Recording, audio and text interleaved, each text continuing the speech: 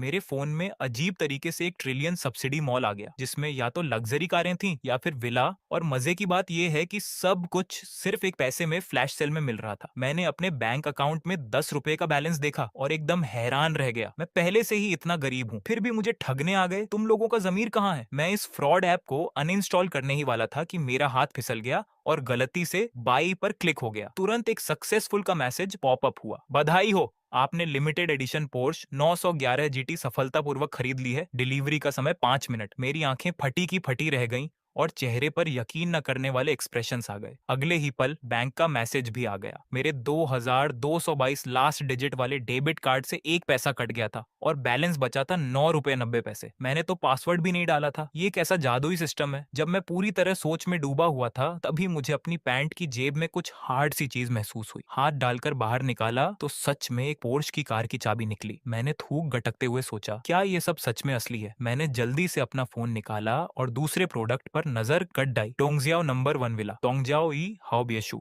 उंगली से एक बार फिर क्लिक कर दिया। बधाई हो, आपने डोंगजियाओ नंबर 1 विला को सफलतापूर्वक फ्लैश सेल में खरीद लिया है। आज के सारे प्रोडक्ट्स बिक चुके हैं, कृपया अगले रिफ्रेश का इंतजार करें। ये नोटिस देखकर मुझे समझ आया कि इस मॉल के प्रोडक्ट्स को दिन में सिर्फ एक ही बार खरीदा जा सकता है। बस ये समझ नहीं आ रहा था कि विला को कैसे डिलीवर करेंगे। खैर छोड़ो, पहले अपनी पोर्च देखने चलते हैं। मैंने ऐप में लोकेशन चेक की तो पता चला कि कार सोसाइटी के पास वाले मॉल के पार्किंग लॉट में है। मैं तुरंत दौड़ पड़ा और सीधे मॉल की तरफ भागा। जैसे ही मैं पार्किंग में पहुंचा देखा कि लोगों की भारी भीड़ किसी चीज को घेर कर बातें कर रही है। एक लैंड रोवर ने एक व्हाइट कलर की सुपरकार को पीछे से टक्कर मार दी थी और उस कार का मालिक पास में खड़ा था। डर के मारे उसका चेहरा सफेद पड़ चुका था। अब तो सब खत्म हो गया। मैं इस कार का हर्जाना कैसे भरूंगा? भीड़ में खड़े लोग कह रहे थे, आखिर एक पोर्श ही तो है, इसके लिए इतना नाटक करने की क्या जरूरत है? तभी पास में खड़े एक शख्स ने फोन पर इसकी कीमत चेक की और कांपती आवाज में बोला, यह कोई आम पोर्श नहीं है, ये 911 जीटीए की 98 मॉडल है। पूरी दुनिया में सिर्फ एक ही है, इंडिया। चीन में इसकी कीमत कम से कम 80 करोड़ 80 मिलियन है। पूरा मैदान पल भर में सन्नाटे में डूब गया और लैंड रोवर वाले के पैर कांपने लगे। मैं भीड़ के पीछे खड़ा था। मुझे कुछ अजीब लगा। वह कार तो मेरी ही थी। मैं आगे बढ़ा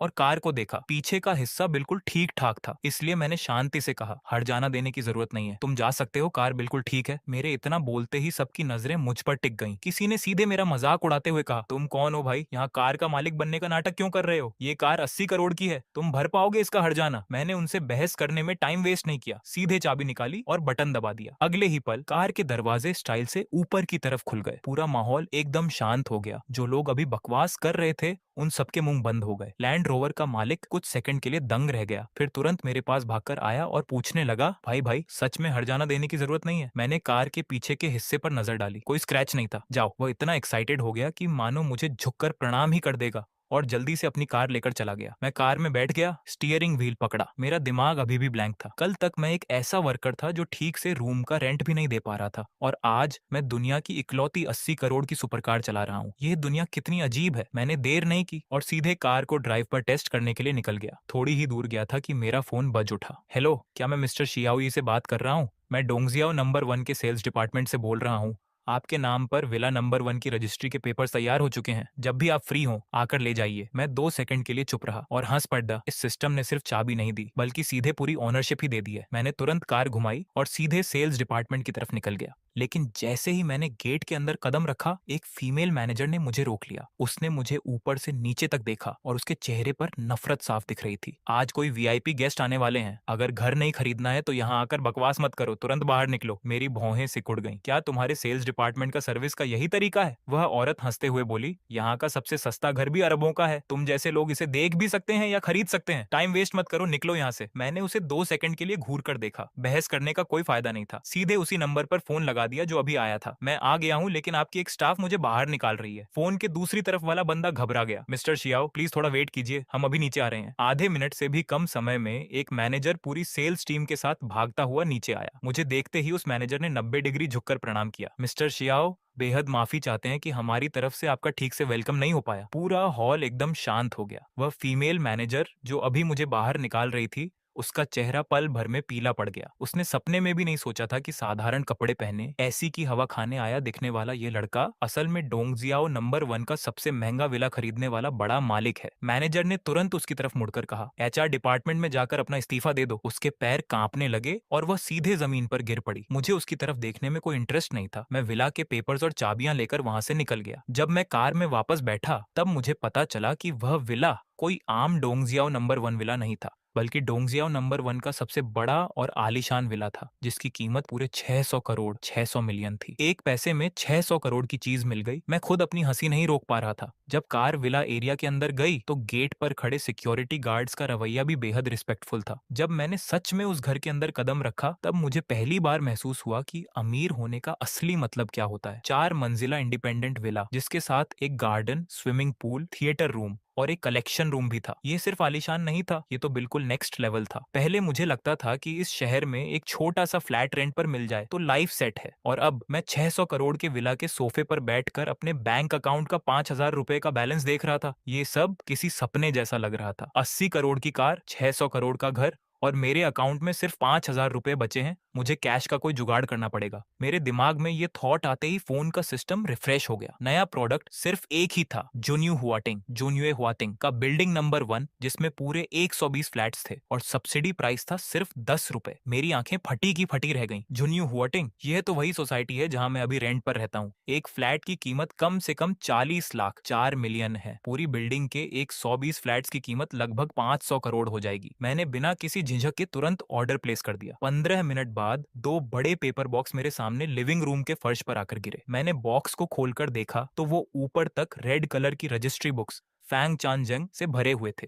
रैंडमली एक बुक खोलकर देखी तो ओनर के नाम की जगह लिखा था शियाओ यी। मैं लिविंग रूम में उन पेपर्स को पकड़े कुछ देर शांत खड़ा रहा और आखिर में मेरे मुंह से बस एक ही बात निकली, चलो अब रेंट वसूलने चलते हैं। अगली सुबह मैं सीधे कार चलाकर झुन्यू हुआटिंग पहुंचा और सोसाइटी के गेट पर बने प्रॉपर्टी डीलर के पास गया। डीलर के लड़के ने जब मुझे स्पोर्ट्स कार से उतरते देखा तो उसे लगा कि कोई बड़ा क्लाइंट आया है, लेकिन जब उसने सुना कि मैं फ्लैट्स रेंट पर देने आया हूँ तो उसकी आंखों में थोड़ी निराशा आ गई। मैंने सीधे वे दोनों बॉक्स उसकी तरफ बढ़ा दिए। यह कुछ फ्लैट्स के पेपर्स हैं, पहले इन्हें देख लो। उसने एक्साइटमेंट में बॉक्स खोला और अगले ही पल उसके हाथ कांपने लगे। 2 बड़े बॉक्स ऊपर तक प्रॉपर्टी पेपर से भरे थे। उसने एक पेपर खोलकर देखा तो एड्रेस वही था, झुन्यू हुआटिंग बिल्डिंग नंबर 1। वह डीलर वहीं दंग रह गया और घबराता हुआ अंदर मैनेजर को बुलाने भागा। मैनेजर बाहर आया तो उसका रवैया इतना रिस्पेक्टफुल था कि मानो मुझे भगवान ही मान लेगा। पूरे 120 फ्लैट्स, ये कोई नॉर्मल क्लाइंट नहीं, ये तो सीधे साक्षात लक्ष्मी जी हैं। मैंने भी ज्यादा बकवास नहीं की। सारे फ्लैट्स रेंट पर देने हैं, मार्केट रेट के हिसाब से 1 मंथ एडवांस और 1 मंथ डिपॉजिट, जितना जल्दी हो सके। मैनेजर ने अपनी छाती ठोक कर भरोसा दिलाया, मिस्टर शियाओ 3 दिन के अंदर सारे फ्लैट्स रेंट पर चढ़ा दूंगा। काम की बात खत्म करके मैं अपने पुराने रेंट वाले रूम से अपना सामान समेटने चला गया।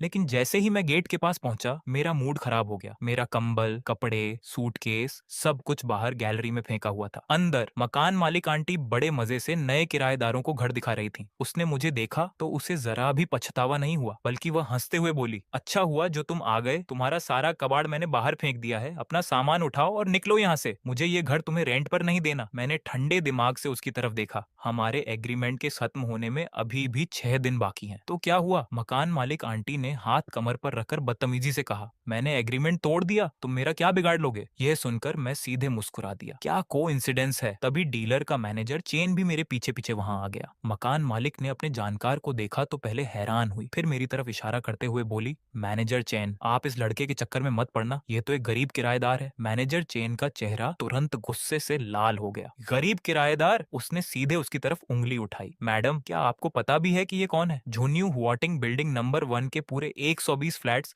अब मिस्टर शियाओ यी के नाम पर हैं। मकान मालिक आंटी का चेहरा एकदम सफेद पड़ गया। तुमने क्या कहा? मैनेजर चेन ने ठंडे लहजे में कहा, हमने अभी अभी एक्सक्लूसिव ओनरशिप एग्रीमेंट साइन किया है। जिसे तुम गरीब किराएदार कह रही हो, वह इस सोसाइटी का सबसे बड़ा मालिक है। मकान मालिक पूरी तरह सन्न रह गई। वह सोच भी नहीं सकती थी कि जिस लड़के को वह 2 दिन पहले रेंट के लिए गेट पर टोक रही थी, वह पल भर में पूरी बिल्डिंग का मालिक बन गया। मैंने उसकी तरफ देखा। मेरी आवाज एकदम शांत पर डरावनी थी। तुमने बिना पूछे मेरा सामान बाहर निकाला, एग्रीमेंट तोड़ा और मेरा नुकसान किया। जो हर्जाना बनता है वह दो, बाकी हम लीगल रास्ता अपनाएंगे। मकान मालिक आखिरकार डर गई। वह सीधे जमीन पर बैठ गई और मुझसे माफी मांगने लगी। मिस्टर शियाओ, मुझसे गलती हो गई, सच में बहुत बड़ी गलती हो गई, मुझे माफ माफ कर दीजिए, मैं आपको 10 गुना हर्जाना देने को तैयार हूँ, मुझे तुम्हारे उन पैसों की कोई जरूरत नहीं है। मेरी एक बात ने उसका मुंह बंद कर दिया। आखिरकार सोसाइटी के लोगों की मौजूदगी में मकान मालिक को न सिर्फ हर्जाना देना पड़ा, बल्कि आगे की सारी जिम्मेदारी भी उठानी पड़ी। वह जमीन पर पड़ी रही, उसके चेहरे का पुराना घमंड गायब हो चुका था। मैंने पीछे मुड़कर भी नहीं देखा। पहले मेरे पास कोई ऑप्शन नहीं था तो मुझे सब सहना पड़ता था, लेकिन अब जरूरत नहीं है। विला वापस आने के बाद सामने वाले विला नंबर 2 का मैनेजर लियांग मुझसे मिलने आया, और वह अपने साथ 1990 की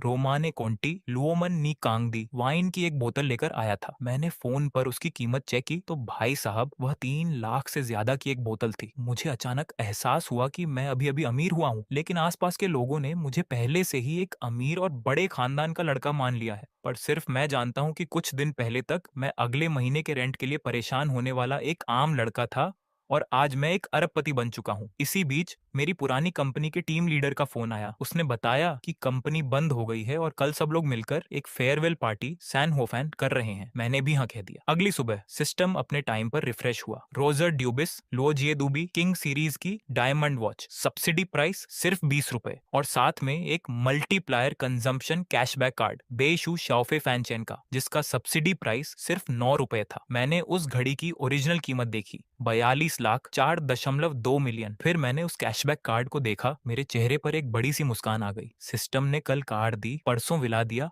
और आज सीधे एक लग्जरी वॉच और कैशबैक कार्ड दे दिया। ये कोई सब्सिडी नहीं है, ये तो सीधे मेरे ऊपर पैसों की बारिश है। तभी फोन पर एक मैसेज आया कि अकाउंट में 11,20,000 रुपए क्रेडिट हो गए हैं। झुन्नू हुआटिंग के कुछ फ्लैट्स रेंट पर उठ गए थे। मैंने उन नंबर्स को देखा, कुछ सेकंड शांत रहा, और सीधे घर पर 20 लाख रुपए ट्रांसफर कर दिए। पहले मुझे डर लगता था कि मैं इस बड़े शहर में कुछ कर पाऊंगा या नहीं, पर अब मैं ये सोच रहा हूँ कि अगर ये सिस्टम ऐसे ही चलता रहा तो आखिरकार मेरे पास कितने पैसे हो जाएंगे। मेरी मम्मी ने जब 20 लाख का ट्रांसफर देखा तो वह खुश होने के बजाय डर गई। बेटा, तेरे पास इतने पैसे कहाँ से आए? मैंने पहले से ही बहाना सोच रखा था। मम्मी, कुछ समय पहले मैंने दोस्तों के साथ मिलकर एक छोटी कंपनी शुरू की थी, यह उसी का प्रॉफिट शेयर है, मैंने अपने पास रख लिया है। ये 20 लाख आप और पापा रखिए, और खर्च करने में कंजूसी मत करना। मेरी मम्मी ने तब जाकर राहत की सांस ली, पर उनके मुंह से वही पुरानी बात निकली, तो मैं इसे संभाल कर रख लेती हूँ, आगे तेरी शादी में काम आएंगे। मैं हंसते हुए फोन रख दिया। अमीर होने की फीलिंग ही अलग है। फोन रखते ही सिस्टम का नोटिफिकेशन आया, मल्टीप्लायर कैशबैक कार्ड एक्टिवेट हो चुका है। मैंने कार्ड की डिटेल्स देखी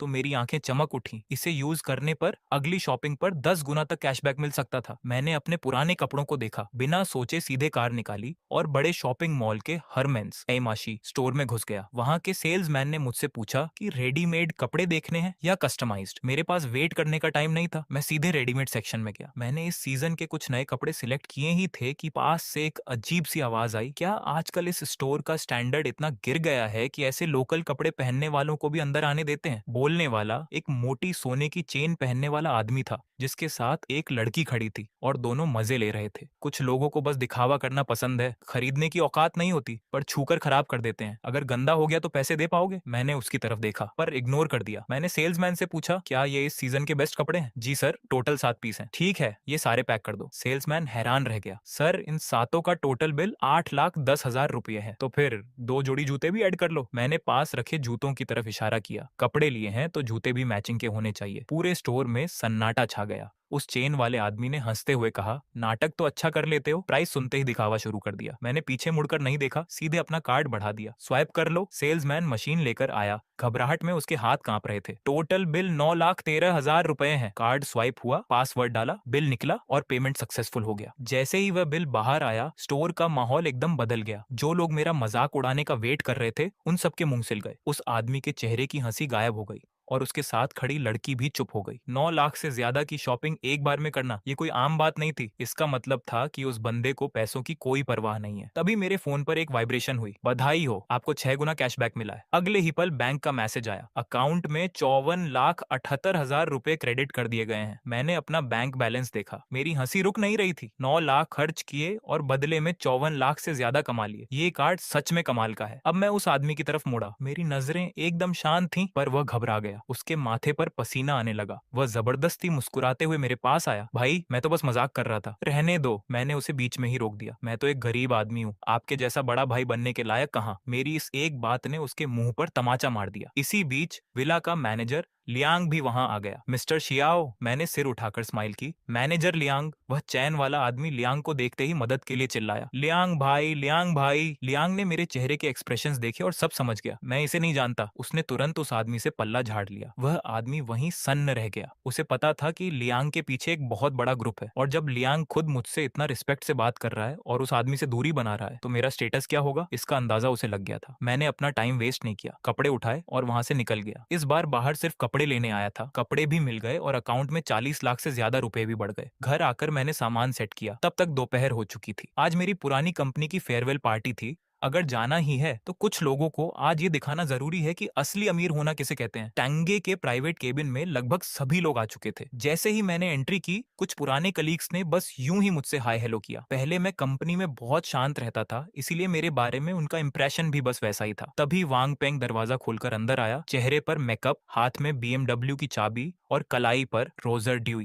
ड्यूस की घड़ी। उसने बैठते ही अपना रौब जमाना शुरू कर दिया। रास्ते में थोड़ा ट्रैफिक था, इसीलिए लेट हो गया। उसने जानबूझकर BMW की चाबी टेबल पर फेंकते हुए कहा, मैंने हाल ही में ग्रीन टाउन में जॉब चेंज की है, वहाँ डिप्टी डायरेक्टर बना हूँ और साथ ही ये गाड़ी भी ले ली। केबिन में तुरंत तारीफों के पुल बंधने लगे। वांग पेंग को यही इफेक्ट चाहिए था। उसने मौके का फायदा उठाकर अपनी घड़ी भी दिखाई। ये रोजर ड्यूस बस 1-1.5 लाख की है, एंट्री लेवल मॉडल है, जिक्र करने लायक भी नहीं। यह कहते हुए उसने रहस्यमयी अंदाज में आगे जोड़ा, वैसे ये तो कुछ भी नहीं है। सुना है हाल ही में किसी असली बड़े बिजनेसमैन ने रोजर ड्यूस में 4.2 मिलियन 42 लाख की एक्सकैलिबर सीरीज का ऑर्डर दिया है। उसे कहते हैं असली दबंग। लोग फिर से हैरान रह गए। वांग पेंग मुंह से तो बड़पन दिखा रहा था, लेकिन उसकी नजरें लगातार सुई जियाजिया पर टिकी थीं। पर सुई जियाजिया ने उसकी तरफ देखा तक नहीं, वो तो लगातार मुझे देख रही थी। वांग पेंग का चेहरा थोड़ा खराब हो गया और उसने सीधा निशाना मुझ पर साधा। शाओयान, जॉब ढूंढने का क्या हुआ? अभी तय नहीं हुआ है, मैंने खाना खाते हुए शांत आवाज में कहा। वांग पेंग हंसा। युवाओं को ज्यादा ऊंचे ख्वाब नहीं देखने चाहिए। हमारी कंपनी में अभी सिक्योरिटी गार्ड की जरूरत है। मुझे लगता है तुम्हारी कंडीशन इसके लिए बिल्कुल सही है। कहो तो मैं तुम्हारे लिए सेटिंग कर दूं? टेबल पर माहौल थोड़ा शांत हो गया। हर कोई समझ सकता था कि वह जानबूझकर मुझे नीचा दिखा रहा था। मैंने अपनी पलकें उठाई। जरूरत नहीं है, मेरे पास कुछ फालतू पैसे हैं। मैं सोच रहा हूँ कोई छोटा मोटा बिजनेस करके देखूं। वांग पेंग ने ताना मारा और जैसे ही वह आगे और मजाक उड़ाने वाला था,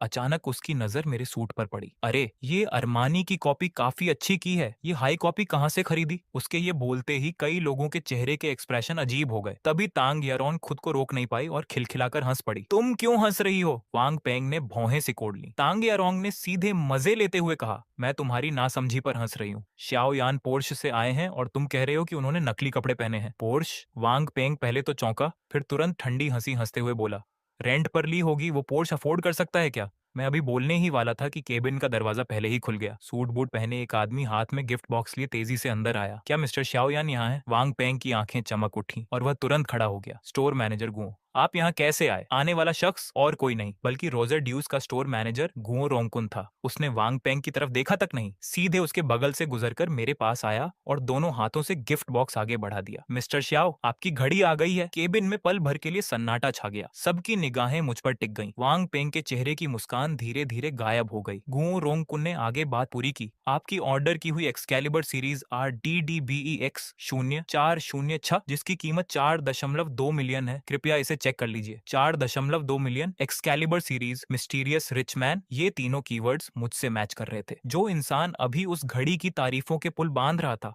वो असल में उसी के सामने बैठा था। मैंने सबके सामने बॉक्स खोला और घड़ी अपनी कलाई पर पहन ली। हीरों से जड़ा हुआ डायल, रोज गोल्ड का केस। जैसे ही उस पर लाइट पड़ी, पूरा केबिन एकदम शांत हो गया। वांग पेंग ने अपनी उस 1-1.5 लाख वाली एंट्री लेवल घड़ी को देखा। उसे ऐसा लगा जैसे उसके चेहरे पर बार बार थप्पड़ मारे गए हों। इसी बीच सुई जियाजिया ने भी मौके पर चौंका मारते हुए कहा, वैसे श्याओ यान का ये अरमानी सूट असली है, टॉप लाइन का इस सीजन का मैन कलेक्शन है, कम से कम 1 लाख से शुरू होता है। रही बात पोर्श की, तो मैंने उसे नीचे देखा है, वो लिमिटेड एडिशन है। इस एक लाइन ने वांग पेंग को पूरी तरह तोड़ दिया। नकली सामान, रेंट की कार, सिक्योरिटी गार्ड, उसने अभी जो भी बातें बोली थीं, वो सब बूमरांग बनकर वापस उसी के चेहरे पर आ लगी। आखिर में उसने तबीयत खराब होने का बहाना बनाया, अपनी BMW की चाबी उठाई और दबे पांव वहां से भाग निकला। बाकी लोगों का रिएक्शन भी बहुत तेज था। जो 1 सेकंड पहले वांग पेंग के इर्द गिर्द घूम रहे थे, वो अगले ही सेकंड मुझसे ड्रिंक शेयर करने के लिए भागकर आ गए। मैंने उन चापलूस चेहरों को देखा और मन ही मन सोचा कि यह दुनिया कितनी प्रैक्टिकल है। जब आप गरीब होते हैं तो लोगों को लगता है कि आपका सांस लेना भी फालतू है, और जैसे ही आपके पास पैसा आ जाता है तो आपकी एक नॉर्मल सी बात में भी लोग गहरा मतलब ढूंढने लगते हैं। डिनर खत्म होने के बाद मैंने थोड़ी शराब पी ली थी, इसीलिए कार चलाना पॉसिबल नहीं था। मैं सोच ही रहा था कि कार को यहीं छोड़ दूं या क्या करूं, तभी सुई जियाजिया मेरे पास आई। मैं तुम्हें ड्रॉप कर देती हूँ। मैं मुस्कुराया तो फिर सुंदर सुई जियाजिया को तकलीफ देनी पड़ेगी। वह एक मासेराटी क्वाट्रोपोर्टे चला रही थी और फ्रंट सीट पर तांग यारोंग भी बैठी थी। मेरे कार में बैठते ही तांग यारोंग ने गॉसिप शुरू कर दी। तुम कहाँ रहते हो? Dongjiao number 1, Dongjiao number 1, villa number 1। Front seat पर बैठी दोनों महिलाएं एक पल के लिए रुक गईं। तांग यारोंग ने हैरान होकर कहा, क्या वो शंघाई का सबसे महंगा विला एरिया नहीं है? मैंने बैक सीट पर टेक लगाते हुए आराम से कहा, ठीक ठाक ही है, बस 600 मिलियन 60 करोड़ का है। इस बार तो सुई जियाजिया भी शांत हो गई। जब कार डोंगजियाओ नंबर 1 के अंदर विला नंबर 1 के सामने रुकी तो तांग यारोंग इतनी हैरान थी कि उसके मुंह से शब्द नहीं निकल रहे थे। तुम इसे बस कह रहे हो? उसे पहले लगा था कि मैं सिर्फ अमीर हूँ, लेकिन अब देखकर लग रहा था कि ये तो अमीरी की भी हद पार हो चुकी है। मैं उन दोनों को अंदर ले गया, थोड़ी देर बैठाया और 3 बाउल नूडल्स बनाए। सुई जियाजिया ने जब पहले मेरे मुंह से सुना था कि मैं तुम्हारे लिए नीचे नूडल्स बनाता हूँ, चीन में इसका डबल मीनिंग होता है, तो वह थोड़ा शर्मा गई थी। लेकिन जब उसने देखा कि ये सचमुच खाने वाले नूडल्स हैं तो उसके कान और भी लाल हो गए। तांग यारोंग विला में ऐसे घूम रही थी जैसे किसी एडवेंचर पर हो। Pool, movie room, book shelf, piano room, उसने कुछ भी नहीं छोड़ा। वह देखती जा रही थी और तारीफ करती जा रही थी। उसे पहले लगता था कि टीवी सीरियल्स के आलीशान घर सिर्फ एक्टिंग के लिए होते हैं। आज उसे पता चला कि रियल लाइफ में भी ऐसी जगह होती हैं। उनके जाने के बाद शाम हो चुकी थी। मैंने वर्कआउट किया और रात के 12 बजते ही सिस्टम फिर से रिफ्रेश हो गया। इस बार सिर्फ एक ही चीज आई थी, 3 जिन, लगभग 1.5 किलो, सेकेंड जनरेशन दा होंग पाओ, चाय पत्ती। सब्सिडी वाली कीमत सिर्फ 9.9 रुपए। मेरी आंखें एकदम से चमक उठी। मुझे इस चीज के बारे में अच्छे से पता था। मदर ट्री से चाय पत्ती तोड़ने पर बैन लगने के बाद सेकेंड जनरेशन द होंग पाओ टॉप की भी टॉप क्वालिटी मानी जाती है। यह ग्राम के हिसाब से बिकती है और एक ग्राम की कीमत हजारों में होती है। 3 जिन, यह चाय पत्ती नहीं, यह तो सीधे सीधे कैश था। मैंने बिना सोचे समझे तुरंत ऑर्डर प्लेस कर दिया। अगली सुबह जल्दी ही चाय पत्ती के 30 डिब्बे डिलीवर हो गए। मैंने अपने लिए एक डिब्बा रखा और एक घूंट छका। बस यही कह सकता हूँ कि महंगी चीज के महंगे होने की वजह होती है। फिर मैंने एक डिब्बा निकाला और सामने वाले विला नंबर 2 में ले गया। पिछली बार की वाइन अच्छी थी, मेरे पास अभी कुछ चाय पत्ती आई थी, सोचा आपको भी टेस्ट करा दूं। ली एंग पहले तो हंस रहा था, लेकिन जैसे ही उसने उस चाय पत्ती के डिब्बे को ध्यान से देखा, उसके हाथ कांपने लगे। सेकंड जनरेशन द होंग पाओ? हाँ, मैंने सिर हिलाया। कोई खास बड़ी चीज नहीं है। ली एंग तो जैसे मेरी बात सुनकर अवाक रह गया। यह वो चाय है जो मार्केट में 15,000 रुपए प्रति ग्राम तक बिकती है। एक डिब्बे में 50 ग्राम है, यानी यह एक डिब्बा ही 7,50,000, 7.5 लाख का है। उसने काफी देर तक चाय के डिब्बे को देखा और फिर बहुत सावधानी से पूछा, मिस्टर श्याओ, क्या आपके पास और भी है? थोड़ी और है, मैंने बिना किसी परवाह के कहा। पी नहीं पा रहा हूँ, सोच रहा हूँ इससे चाय वाले अंडे, टी एग्स, उबाल लूं। लियांग की पलकें तेजी से झपकी। सेकंड जनरेशन द होंग पाओ से अंडे उबालना, ये कोई शौक नहीं, ये तो सीधे सीधे बर्बादी है। लेकिन उसका ध्यान दूसरी बात पर था। अगर आप इसे बेचना चाहें तो मैं इसे कलेक्ट कर सकता हूँ। मैं इसी बात का इंतजार कर रहा था। आखिरकार हम दोनों बैठे और डील पक्की की। एक डिब्बा 7.5 लाख का, 10 डिब्बे टोटल 7.5 मिलियन 75 लाख के हुए। कॉन्ट्रैक्ट साइन करने से पहले मैंने जानबूझकर कहा, ओपनिंग डिस्काउंट समझो, 10 खरीदने पर एक फ्री। ली यांग पहले चौंका, फिर तुरंत समझ गया कि वो जो एक्स्ट्रा एक डिब्बा है वह मेरी तरफ से गिफ्ट रिलेशन बनाने के लिए था। यह अब सिर्फ पैसों की बात नहीं थी, ये बिहेवियर की बात थी। ली यांग के चेहरे की मुस्कान और भी गहरी हो गई। मिस्टर श्याओ, आपका यह एहसान मुझे याद रहेगा। मैं बस मुस्कुराया। पड़ोसियों के बीच इसमें क्या औपचारिकता। आधे मिनट बाद 7.5 मिलियन मेरे अकाउंट में आ गए। मैं अपने बैंक अकाउंट का बैलेंस देखकर खुद भी थोड़ा हैरान था। कल रिफंड से 5 मिलियन से ज्यादा कमाए और आज चाय बेचकर फिर से 7.5 मिलियन आ गए। सिर्फ 2 दिनों में मेरे कार्ड का बैलेंस 13 मिलियन 1.3 करोड़ तक पहुंच गया था। सबसे मजेदार बात यह थी कि उन 3 जिन चाय पत्ती के लिए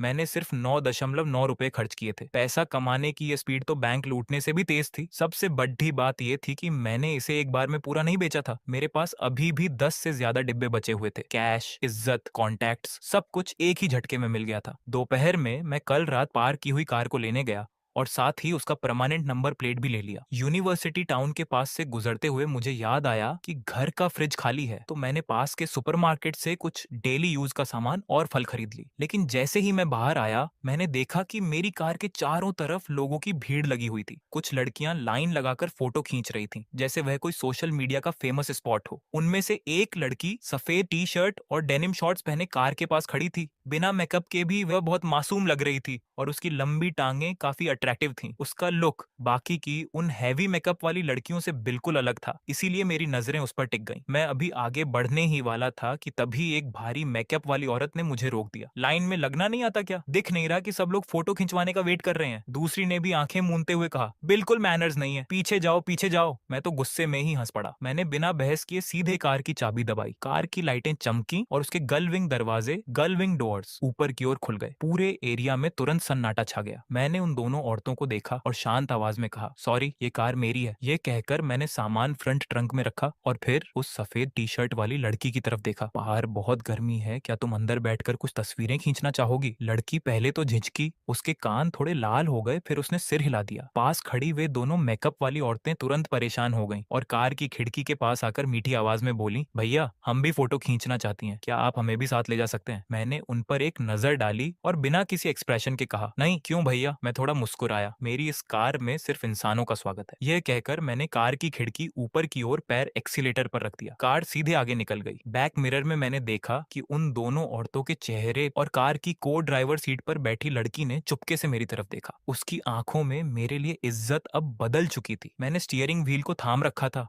और मेरा मूड काफी बढ़िया था। पैसा आ गया, गाड़ी आ गई, घर भी मिल गया और अब तो लेडी लक, रोमांस भी खुद चलकर मेरे पास आ रहा था। लेकिन मेरा ध्यान इस बात पर ज्यादा था कि आज रात ठीक 12 बजे सिस्टम में कौन सी नई चीजें रिफ्रेश होने वाली हैं। झांग जियाई जब गाड़ी में बैठी तो वह थोड़ी नर्वस दिख रही थी। उसके पैर आपस में सटे हुए थे और उसकी उंगलियां लगातार सीट बेल्ट के किनारों को कुरेद रही थी। मैंने उसे देखा और मुस्कुराते हुए पूछा, तुम इतना नर्वस क्यों हो रही हो? ना, नहीं तो ऐसा कुछ नहीं है। उसकी आवाज बहुत कोमल और धीमी थी और उसके गाल थोड़े लाल हो रहे थे। मैंने उसकी बात को नहीं काटा और बस यूं ही पूछ लिया, मेरा नाम श्याओ यान है, पिछले साल ही ग्रेजुएशन पूरा हुआ है। और तुम? Zhang Jiayi, Shanghai theatre academy, मॉक्सी, सेकंड ईयर। इतना कहने के बाद उसने झिझकते हुए आगे जोड़ा, अभी जो कुछ भी हुआ उसके लिए सॉरी। अगर मेरी वजह से ऐसा नहीं होता तो वे दोनों लड़कियां तुम पर तंज नहीं कसती। ये सुनकर मुझे हंसी आने वाली थी। ये लड़की वाकई बातों में बहुत माहिर थी। उसने खुद को बेकसूर भी दिखा दिया और साथ ही हमारे बीच की दूरी भी कम कर ली। कोई बात नहीं, मैंने उसकी चाल को समझे बिना जताए कहा, तुम्हें तस्वीरें लेनी थी ना, ले लो। झांग जियाई ने तुरंत अपना फोन निकाला। उसने एक बहुत ही गजब का एंगल चुना। एक ही फोटो में उसकी लंबी टांगें, स्टीयरिंग व्हील पर लगा पोर्शे का लोगो और मेरी कलाई पर बंधी घड़ी, सब कुछ आ गया। मैंने एक नजर देखा और अपनी भौहें चढ़ाकर कहा, तुम लड़कियां फोटो खींचने में इतनी एक्सपर्ट होती हो क्या? झांग जियाई ने मुस्कुराते हुए कहा, अरे ऐसा कुछ नहीं है। ये कहते हुए उसने वो फोटो अपने वीचैट फ्रेंड्स सर्कल मोमेंट्स में पोस्ट कर दी। कुछ ही सेकंड में कमेंट सेक्शन में बाढ़ आ गई। कोई कार की तारीफ कर रहा था, कोई टांगों की, तो किसी ने मेरी कलाई पर बंधी घड़ी को पहचान लिया था। रोजर डुबिस कस्टम मॉडल, कीमत 4 मिलियन 40 लाख युआन से शुरू। मैंने नोटिस किया कि झांग जियाई का दिल ये देखकर जोर से धड़क उठा था। उसे पहले सिर्फ ये पता था कि मैं अमीर हूँ, लेकिन अब उसे एहसास हुआ कि मैं सिर्फ अमीर नहीं बल्कि हद से ज्यादा अमीर हूँ। भैया आप सचमुच बहुत बहुत अमीर हूँ। मैं मुस्कुराया, हाँ ठीक ठाक हूँ। गाड़ी यूनिवर्सिटी टाउन के पास चक्कर काट रही थी। खिड़की से बाहर कॉलेज की यंग और खूबसूरत लड़कियों की भीड़ को देखते हुए मैंने उसे चिढ़ाने के लिए कहा, थिएटर एकेडमी में तो वाकई बहुत सी खूबसूरत लड़कियां आई हैं। इससे पहले कि झांग जियाई कुछ बोल पाती, मैंने तुरंत बात पूरी की, लेकिन सबसे खूबसूरत तुम ही हो। यह सुनते ही उसके कान एकदम लाल हो गए। इस बार वह सच में शर्मा गई थी। दोपहर में मैं उसे खाना खिलाने के लिए एक नॉर्मल बुफे रेस्तरां में ले गया। झांग जियाई को शायद लगा होगा कि मैं उसे किसी मिशेलिन स्टार रेस्तरां में ले जाऊंगा, लेकिन मैं उसे सीधे एक साधारण से रेस्तरां में ले आया। मैंने उसके चेहरे पर थोड़ा अचरज देखा, लेकिन मैं खुद काफी कैजुअल था। महंगे रेस्तरां में रोज रोज खाना बोरिंग हो जाता है। वहाँ नियम कायदे बहुत होते हैं और खाना बहुत कम मिलता है। खाने के बाद घर जाकर फिर से इंस्टेंट नूडल्स बनाने पड़ते हैं। झांग जियाई ये सुनकर खिलखिलाकर हंस पड़ी और इस तरह लंच का माहौल एकदम रिलैक्स हो गया। लेकिन जैसे ही हम खाना खाकर बाहर निकले, मेरी मुलाकात एक पुराने जानने वाले से हो गई। वह कोई और नहीं बल्कि सन कियान था, जिसने पिछली बार अपनी लैंड रोवर से मेरी कार को टक्कर मारी थी। सच कहूं तो मैंने उसे पहले नहीं पहचाना, बल्कि उसने मुझे पहचान लिया था। मुझे देखते ही वह एक्साइटेड हो गया। वह पिछले 2 दिनों से बहुत पछता रहा था। पिछली बार मेरी कार को ठोकने के बाद वह इतना डर गया था कि बस भाग खड़ा हुआ। बाद में उसे होश आया, जो इंसान दुनिया की इकलौती नोए केक चला सकता है, वह कोई मामूली शख्स कैसे कैसे हो सकता है? मैंने मन ही मन सोचा, ये एक्सीडेंट नहीं था, यह तो खुद चलकर आया एक बड़ा कनेक्शन बनाने का मौका था जिसे उसने गंवा दिया था। इसलिए इस बार मुझे देखते ही वह पूरी तरह अलर्ट हो गया। लेकिन तभी उसके साथ आया एक सुनहरे बालों वाला येलो हेयर लड़का बदतमीजी पर उतर आया। उसे लगा कि मैंने उसके बॉस से पंगा लिया है, इसलिए वह आगे बढ़कर मुझे गाली देने लगा। मगर जैसे ही उस लड़के के मुंह से शब्द निकले, सन कियान ने जोरदार लात मारकर उसे जमीन पर गिरा दिया। तुम मरना चाहते हो क्या? यान भाई से इस तरह बात करने की हिम्मत कैसे हुई तुम्हारी? वह लड़का पूरी तरह हैरान रह गया और उसके साथ खड़ी लड़की के तो होश ही उड़ गए। मैंने देखा कि झांग जियाई भी ये सब देखकर दंग रह गई थी। मुझे लगा कि उसे पहली बार असलियत में एहसास हुआ कि मेरी अमीरी सिर्फ कार तक सीमित नहीं है, बल्कि ये अमीर जादे रिच किड्स जो आम तौर पर इतने घमंडी होते हैं, वे भी मेरे सामने भीगी बिल्ली बन जाते हैं। मुझे तब जाकर याद आया कि ये कौन है। मैंने हल्के से मुस्कुराते हुए कहा, अच्छा तो तुम हो वही जो मेरी कार को ठोकने के बाद रोने वाले थे। सन कियान बेहद शर्मिंदा हो गया, लेकिन उसने जरा सा भी गुस्सा नहीं दिखाया, बल्कि लगातार सिर हिलाते हुए बोला, हाँ हाँ यान भाई, मैं ही हूँ। आपकी याददाश्त वाकई बहुत तेज है। उसका यह अंदाज देखकर लगा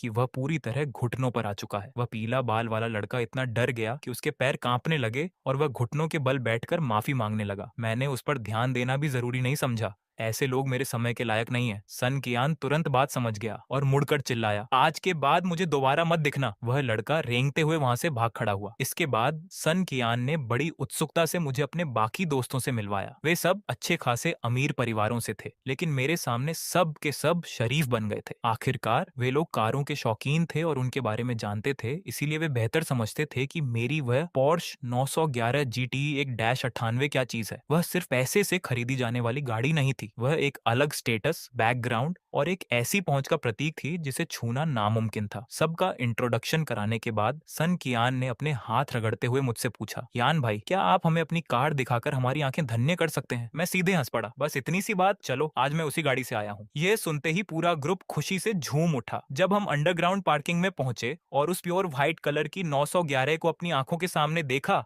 तो झांग जियाई भी पूरी तरह हैरान रह गई। मैं समझ सकता था कि वह पहले मुझे सिर्फ अमीर समझती थी, लेकिन अब उसे लगा कि उसकी कल्पना बहुत छोटी थी। यह कार 80 मिलियन 8 करोड़ युआन की है। पास खड़े एक लड़के ने सिर हिलाते हुए कहा, और बात सिर्फ पैसे की नहीं है, यह पूरी दुनिया में सिर्फ एक ही है। झांग जियाई मुझे देखने लगी। उसकी आंखों का भाव पूरी तरह बदल चुका था। मैं पक्का कह सकता हूँ कि उसकी आंखों में साफ लिखा था, अमीर, यंग, हैंडसम और बिल्कुल नेक्स्ट लेवल। मैंने सोचा, मेरे जैसे इंसान पर भला कौन दिल नहीं हारेगा। शाम को सन कियान और उसके दोस्तों ने पार्टी रखी, ड्रिंक्स और केटीवी स्लैश कराओके। मेरा मन तो नहीं था, लेकिन झांग जियाई को साथ जाते देख मैं भी चला गया। केटीवी के अंदर उन अमीर लड़कों का बर्ताव मेरे लिए और भी ज्यादा रिस्पेक्टफुल हो गया। वे मुझे अपने ग्रुप का नया बड़ा भाई, बॉस मान चुके थे। झांग जियाई मेरे बगल में बैठी ये सब अच्छे से समझ रही थी। वह देख सकती थी कि ये लोग दिखावा नहीं कर रहे थे, बल्कि दिल से मेरी इज्जत कर रहे थे। यह चीज एक महंगी कार या घड़ी से भी कहीं बढ़कर थी। देर रात होने की वजह से सबने पास के ही एक होटल में ठहरने का फैसला किया। मैंने झांग जियाई के लिए एक अलग स्वीट बुक कर दिया, लेकिन आधी रात को मेरे कमरे की डोरबेल बजी। जब मैंने दरवाजा खोला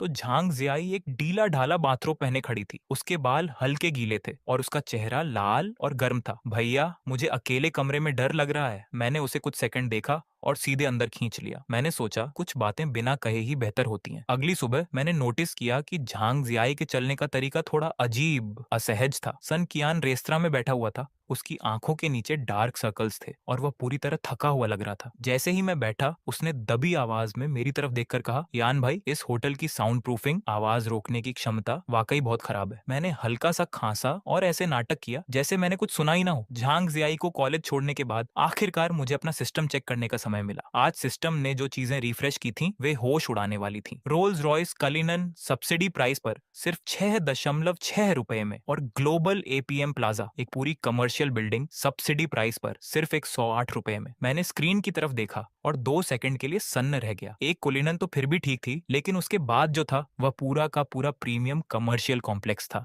जिसमें मॉल, ऑफिस बिल्डिंग और अपार्टमेंट शामिल थे, और वह भी सुहुई जैसे प्राइम और बेहद महंगे इलाके में। यह अब सिर्फ लग्जरी कार या बंगले की बात नहीं थी, यह एक बहुत बड़ा एसेट प्रॉपर्टी साम्राज्य था। मैंने बिना किसी झिझक के तुरंत इसे खरीद लिया। 5 मिनट के भीतर सब कुछ मेरे नाम पर आ गया, कार की चाबियां, पेपर्स और पूरी बिल्डिंग के ओनरशिप डॉक्यूमेंट्स। जब मैंने वह रेड कलर का प्रॉपर्टी सर्टिफिकेट खोला और उस पर अपना नाम देखा तो मेरे दिल की धड़कन कुछ पल के लिए बढ़ गई। पूरी की पूरी बिल्डिंग अब सच में मेरी थी। मैं खुद को रोक नहीं पाया और सोचने लगा कि यह सिस्टम अब इंसानियत की हदें पार कर रहा है। मैं बाहर निकलने ही वाला था कि अचानक कोई जियाजिया का मैसेज आया, क्या तुम एक बार four front CBD frontier CBD आ सकते हो। उसकी टोन बहुत ज्यादा हड़बड़ी वाली नहीं थी, लेकिन साफ था कि कोई बात है। मैंने दूरी देखी, पास ही था तो रिप्लाई किया, ठीक है आ रहा हूँ। मैं अपनी नई नवेली रोल्स रॉयस कुलिनन लेकर निकल पड़ा। जब मैं वहां पहुंचा तो मैंने कोई जियाजिया को बिल्डिंग के नीचे खड़े देखा। वह प्रोफेशनल सूट में काफी स्मार्ट और खूबसूरत लग रही थी। उसके बगल में एक मिडिल एज का अजीब सा तेलिए चेहरे वाला आदमी खड़ा था, जिसने सोने के फ्रेम का चश्मा पहन रखा था और उसकी मुस्कान काफी इरिटेटिंग थी। मैं तुरंत माजरा समझ गया। कोई जियाजिया मुझे एक ढाल शील्ड की तरह इस्तेमाल कर रही थी। वह आदमी साफ तौर पर उसे परेशान कर रहा था और अपनी मर्सिडीज कार की चाबी घुमाकर अपनी अमीरी का दिखावा कर रहा था। तभी मैंने अपनी कुलिनन को उन दोनों के ठीक सामने रोका और कार से नीचे उतरा। मैंने कोई जियाजिया की तरफ देखा। चलो, कोई जियाजिया ने तुरंत साथ देते हुए सिर हिलाया। वह चश्मे वाला आदमी वहीं दंग रह गया। यह कार तुम्हारी है? मैंने देखा कि कोई जियाजिया के कान अचानक लाल हो गए, लेकिन वह कुछ बोली नहीं। मैंने मौका देखकर उसका हाथ उसकी कमर पर रखा, उसे पास खींचा और मुस्कुराते हुए उस आदमी से कहा, हाँ मेरी है। कोई दिक्कत? उस आदमी का चेहरा तुरंत पीला पड़ गया। मैंने मन ही मन सोचा कि वह अभी अपनी 2 मिलियन 20 लाख युआन की मर्सिडीज से रौब झाड़ रहा था और अब उसे पता चला कि मैं 8 मिलियन 80 लाख युआन की कुलिनन चलाता हूँ। सबसे बड़ी बात यह थी कि मैं उससे उम्र में काफी छोटा भी था। अब मैं देखना चाहता था कि वह क्या करता है। वह नकली हंसी हंसा और दबे पांव वहां से खिसक गया। उसके जाते ही कोई जियाजिया ने खुद को मुझसे छुड़ाने की कोशिश की, लेकिन मैंने जानबूझकर अपनी पकड़ ढीली नहीं की और नीचे झुककर उसकी आंखों में देखा। उससे कह दो कि मैं तुम्हारा बॉयफ्रेंड हूँ। मैं तो बस मजबूरी में ऐसा कह रही थी। उसकी आवाज लड़खड़ा रही थी और वह लगातार दूर होने की कोशिश कर रही थी, जबकि मैंने बस एक बहाना बनाया था। अच्छा ऐसा है क्या? मैं जानबूझकर उसके और करीब आया। मुझे महसूस हुआ कि उसके दिल की धड़कन अचानक तेज हो गई थी। उसे लगा होगा कि मैं उसे किस करने वाला हूँ और उसका दिमाग ब्लैंक हो गया था। लेकिन अगले ही पल मैंने बस हाथ बढ़ाकर उसकी तरफ की सीट बेल्ट खींची और उसे लॉक कर दिया। गाड़ी में बैठते ही सीट बेल्ट लगाना मत भूलना। कोई जियाजिया के कान इस बार पूरी तरह लाल हो गए। मुझे लगा कि उसे जिंदगी में पहली बार एहसास हुआ होगा कि कोई इस तरह के छोटे से जेस्चर से भी उसे रिंझा फ्लर्ट कर सकता है। दोपहर में मैं उसे local Shanghai food Ben bang cuisine खिलाने ले गया। लंच टेबल पर मुझे पता चला कि वह पिछले कुछ दिनों से जॉब इंटरव्यूज में बिजी है। तुम्हारी कंपनी अभी बंद हुई है तो कुछ दिन आराम करने का नहीं सोचा? कोई जियाजिया ने मुस्कुराते हुए कहा, मैं तुम्हारी तरह अमीर नहीं हूँ। अगर काम नहीं करूंगी तो दाने दाने को मोहताज हो जाऊंगी। मैंने उसे देखते हुए हंसकर कहा, कोई मामूली इंसान मसेराटी नहीं चलाता। उसने मेरी बात का कोई जवाब नहीं दिया, बस इतना कहा कि खाने के बाद उसे एक और इंटरव्यू के लिए जाना है। मैंने ज्यादा सवाल नहीं किए और सीधे उसे ड्रॉप करने चल दिया। लेकिन जब हम लोकेशन पर पहुंचे तो रोड साइन देखकर मुझे हंसी आ गई। अरे ये तो फिर से वही थिएटर एकेडमी मोक्सी का इलाका था। तो मैंने मौका देखकर झांग जियाई को एक मैसेज भेजा, बाहर आओ, मुझे मॉल घूमना है। गर्ल्स हॉस्टल में झांग जियाई ने जैसे ही मैसेज देखा वह लगभग बेड से उछल पड़ी।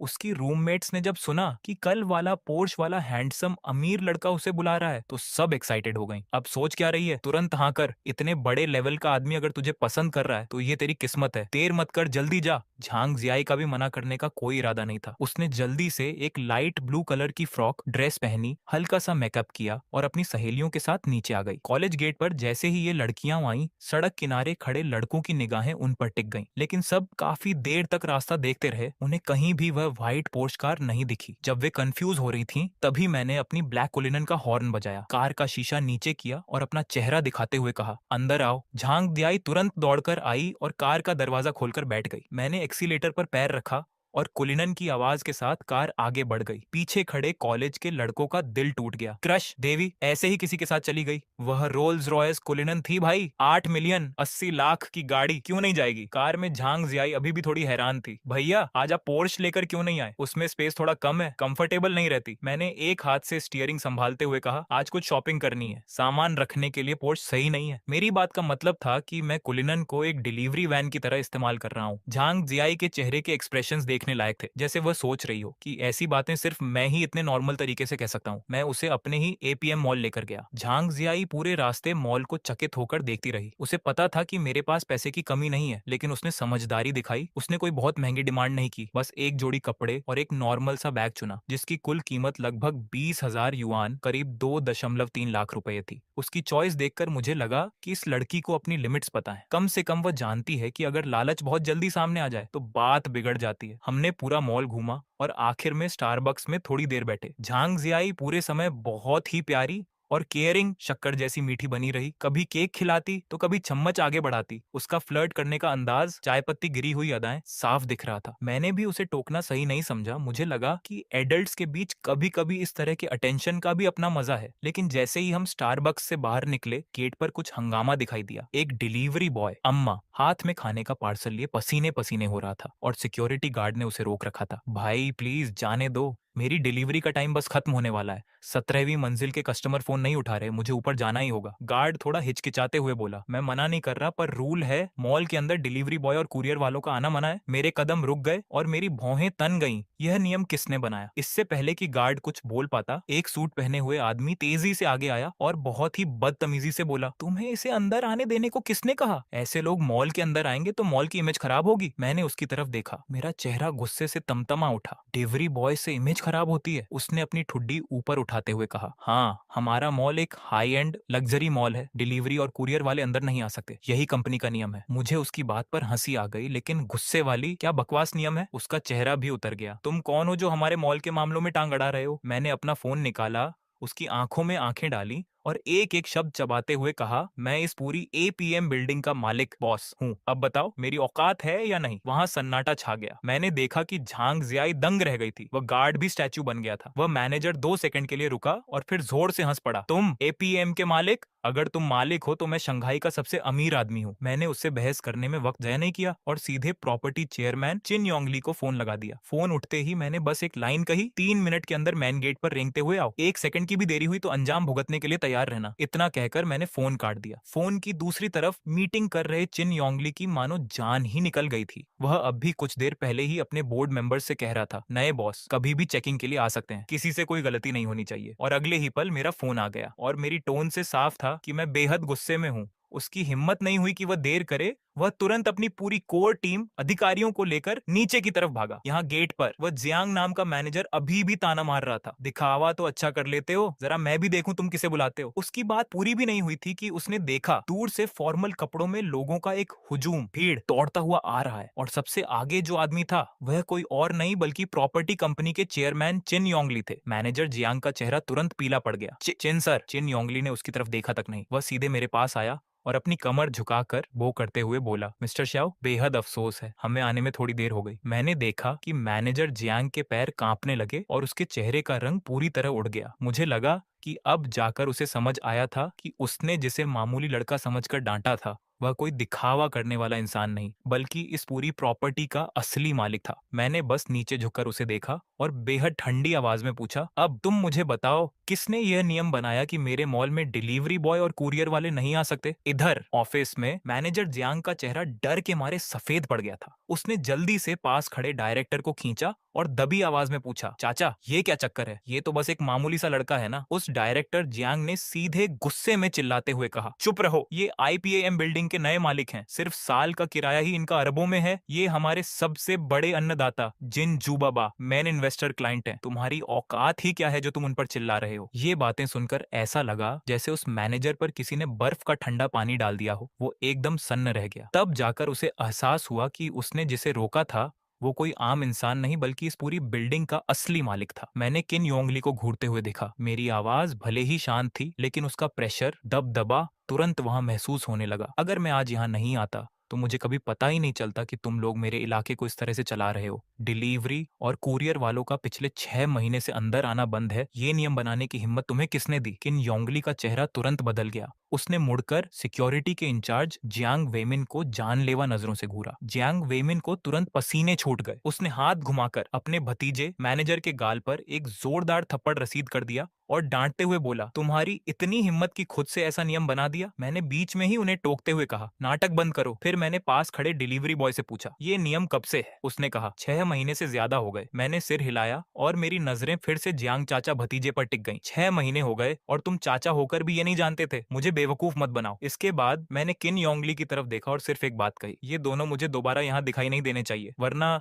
अपनी पूरी प्रॉपर्टी मैनेजमेंट टीम को लेकर यहाँ से दफा हो जाओ। किन योंगली में इतनी हिम्मत कहाँ थी कि वो मना करता? उसने उसी वक्त जियांग वेमिन को एग्जीक्यूटिव डायरेक्टर की पोस्ट से सस्पेंड कर दिया और बोर्ड ऑफ डायरेक्टर्स से बाहर निकाल दिया। रही बात उस मैनेजर जियांग की, तो उसे सीधे नौकरी से निकाल दिया गया और हमेशा के लिए ब्लैकलिस्ट कर दिया गया। वहां मौजूद दर्जनों डायरेक्टर्स ने एक साथ हाथ उठाए, किसी की भी विरोध करने की हिम्मत नहीं हुई। जियांग वेमिन के पैर कांपने लगे और वो वहीं जमीन पर गिर पड़ा। वो अभी भी गिड़गिड़ाकर भीख मांग रहा था, लेकिन किन योंगली ने सिर्फ ठंडे लहजे में कहा, तुम अभी तक ये नहीं समझ पाए हो कि तुमने आखिर पंगा किससे लिया है। कुछ मिनटों बाद जियांग चाचा भतीजे को गार्ड्स कचरे के बोरे की तरह घसीटते हुए बाहर ले गए। इस वाक्य के बहाने मैंने इस पूरी बिल्डिंग में अपना सिक्का जमा लिया था। किन योंगली ने बहुत झुककर बात की और बार बार भरोसा दिलाया कि आगे से ऐसा कभी नहीं होगा। तब जाकर मैंने सिर हिलाया और कहा, रिन्यूअल कॉन्ट्रैक्ट आगे बढ़ाना ठीक है, लेकिन ये पहली और आखिरी बार था। अगली बार सीधे कॉन्ट्रैक्ट खत्म। मामला सुलझने के बाद झांग जियाई के मुझे देखने का अंदाज पूरी तरह बदल चुका था। तो तुम सच में इस बिल्डिंग के बॉस हो? मैंने हल्की सी मुस्कान के साथ कहा। अब यकीन हुआ। इस हंगामे के बाद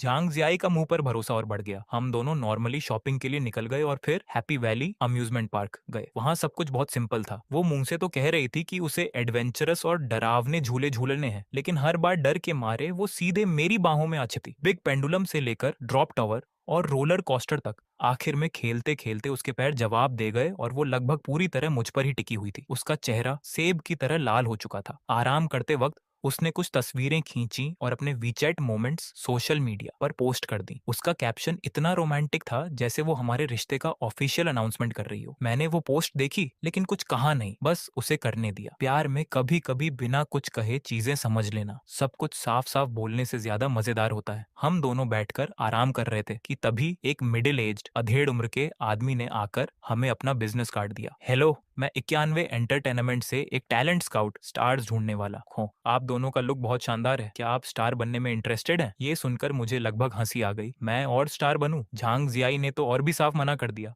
उसने सीधे सिर हिलाया और कहा कि कोई इंटरेस्ट नहीं है। मेरा भी उससे बात करने का मूड नहीं था, इसलिए मैं उसका हाथ पकड़कर पार्किंग की तरफ चल दिया। वो स्काउट फिर भी हार मानने को तैयार नहीं था। वो हमारे पीछे पीछे पार्किंग तक आ गया। वो बड़बड़ाता रहा कि कैसे 6 महीने में हम टॉप स्टार बन जाएंगे और साल के करोड़ों कमाएंगे। तभी मैंने अपनी कार की चाबी का बटन दबाया और थोड़ी दूरी पर खड़ी रोल्स रॉयस कलिनन की लाइटें चमकी। हम दोनों सीधे कार में बैठे और वहां से निकल गए। वो स्काउट वहीं का वहीं फ्रीज हो गया। हाथ में कार्ड पकड़े उसका चेहरा उस थप्पड़ खाए मैनेजर जियांग से भी ज्यादा खराब दिख रहा था। साल के करोड़ों कमाने की बात कर रहा था। मेरी ये कार ही लगभग 10 करोड़ 1 करोड़ आरएमबी की है। किसके पास तुम्हारे इन फालतू के कामों के लिए टाइम है? रात को झांग जियाई ने कहा कि इन दिनों उसे ड्रामा नाटक की रिहर्सल करनी है, इसलिए वो रात को बाहर नहीं रुक सकती। मैंने भी ज्यादा जिद नहीं की और उसे सीधे उसके कॉलेज छोड़ दिया। विदा होने से पहले उस लड़की ने खुद आगे बढ़कर मुझे किस किया। उसका ये इशारा समझने के लिए काफी था। घर लौटने पर मुझे पहली बार एहसास हुआ कि अकेले इतने बड़े विला में रहना सच में एक सिरदर्दी है। ये घर जरूरत से ज्यादा खाली था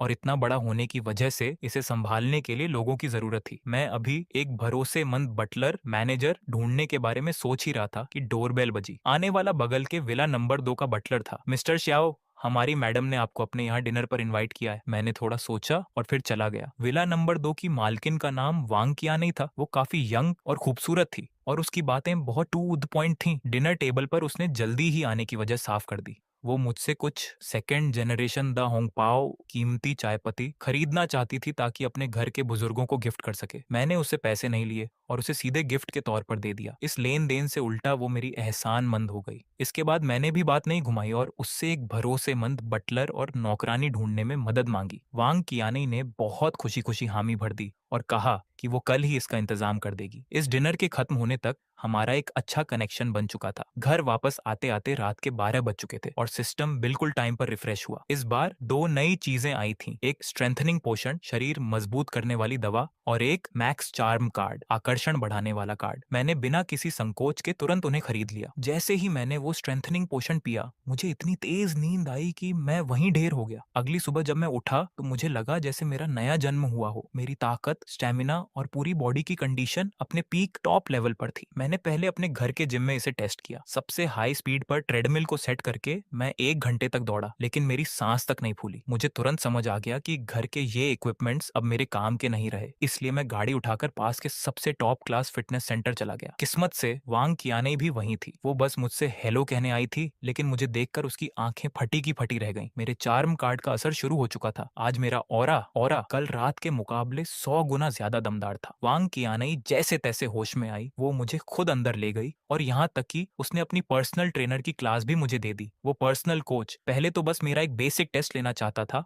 और उसने बेंच प्रेस से शुरुआत की, लेकिन जैसे ही ये शुरू हुआ माहौल पूरी तरह हाथ से बाहर निकल गया। 100 किलो बहुत आसान, 150 किलो फिर भी बहुत आसान, 180 किलो बिना किसी मेहनत के उठा लिया। अब उस कोच की हिम्मत और वजन बढ़ाने की नहीं हो रही थी, लेकिन मैंने बिल्कुल शांत रहकर सिर्फ 2 शब्द कहे, जारी रखो। आसपास के लोग जल्दी ही इकट्ठा हो गए, यहाँ तक कि जिम के स्टार ट्रेनर सोंग हेंग भी वहां आ पहुंचे। वजन लगातार बढ़ता गया, 200, 260, 300, 315 किलो। सब लोग दंग रह गए थे। वांग कियाने ने धीरे से उस कोच से पूछा, क्या ये रिकॉर्ड बहुत ज्यादा है? कोच ने अपना थूक निकला और बोला, बिना किसी सपोर्ट के बेंच प्रेस का वर्ल्ड रिकॉर्ड ही 337 किलो का है। अगर इसने और बढ़ाया तो ये वर्ल्ड रिकॉर्ड को छू लेगा। अगले ही पल मैंने फिर से शांत आवाज में कहा, और बढ़ाओ, 320, 330, 337, 338 किलो। पूरा जिम सन्न रह गया। वर्ल्ड रिकॉर्ड मेरी वजह से टूट चुका था, लेकिन मैं रुका नहीं। आखिर में मैंने वजन को 343 किलो पर जाकर रोका। पूरे जिम में 1 सेकंड के लिए सन्नाटा छा गया और फिर सब पागल हो गए। वो लोग शायद सोच रहे होंगे कि एक दिखने में नॉर्मल सा लड़का एक आम जिम में आकर वर्ल्ड रिकॉर्ड को सीधे 6 किलो से कैसे तोड़ सकता है। सोंग हेंग तो पूरी तरह मेरा फैन हो चुका था। उसने मुझे उसी वक्त एक ब्लैक गोल्ड मेंबरशिप कार्ड दिया और कहा कि अब से मेरे लिए यहाँ सब कुछ लाइफ टाइम फ्री है। वांग कियानई मेरे पास ही खड़ी थी। उसके चेहरे के एक्सप्रेशंस देखने लायक थे। मुझे लगा कि कल तक वो सोच रही होगी कि मेरा बस एक मजबूत बैकग्राउंड है, लेकिन आज उसे समझ आया कि मैं खुद उस बैकग्राउंड से ज्यादा खतरनाक चीज हूँ। इस घटना का वीडियो बहुत जल्द इंटरनेट पर अपलोड हो गया और देखते ही देखते रातों रात वायरल होकर वीबो वीबो के टॉप ट्रेंड्स में आ गया। इंटरनेट पर कुछ लोग कह रहे थे कि ये फेक नकली है, तो कुछ मुझे आसमान पर चढ़ा रहे थे। बात तब रुकी जब एशिया के बेंच प्रेस चैंपियन कियान जियाक्वान ने खुद वीबो पर पोस्ट करके मुझे ऑथेंटिकेट